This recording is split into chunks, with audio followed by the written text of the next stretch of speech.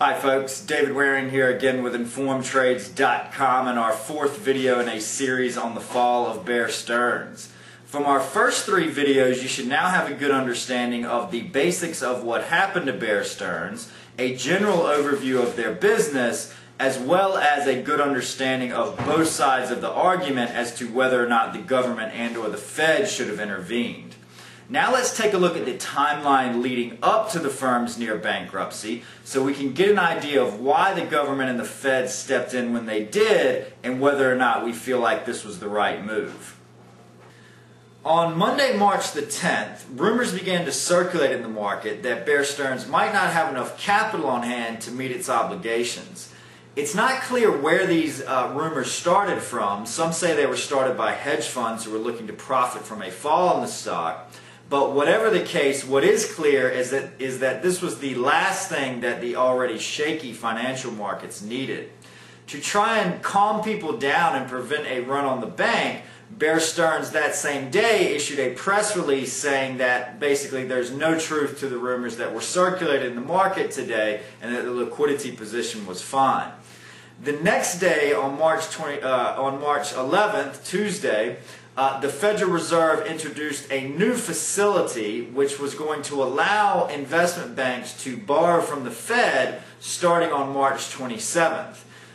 We're not going to go into all the details of this facility now, but what it is important to understand is that the Federal Reserve normally only lends to commercial banks, and this is the first time they've agreed to lend to investment banks as well since the Great Depression.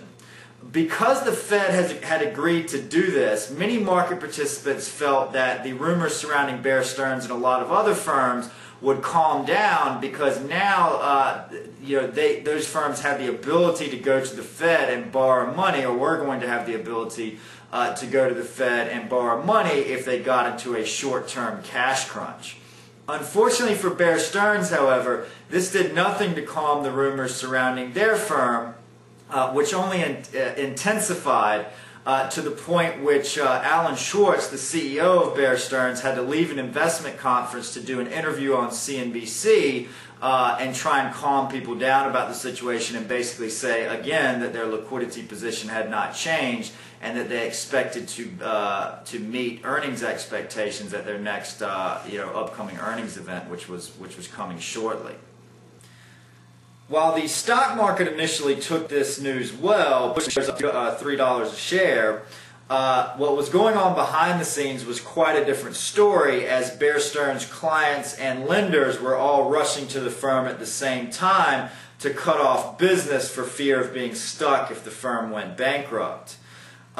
This put the firm in a position where the $17 billion cash cushion, as reported by the Wall Street Journal, that they had at the beginning of the week had dwindled to a mere $2 billion by the close of business Thursday, a situation where the firm was actually now not going to be able to meet their obligations and was going to be forced to file bankruptcy on Friday morning.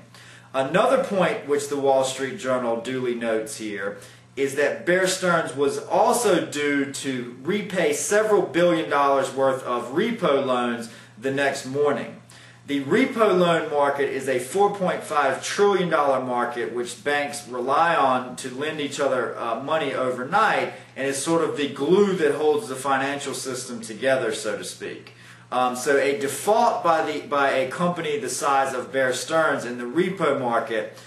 could potentially bring the whole system crashing down on itself just by itself. Okay? So this is where the Federal Reserve and JP Morgan and the U.S. government come into the picture, which is going to be the topic of our next lesson. For more great resources on the subprime crisis, please visit our Subprime Learning Center at InformedTrades.com, and have a great day.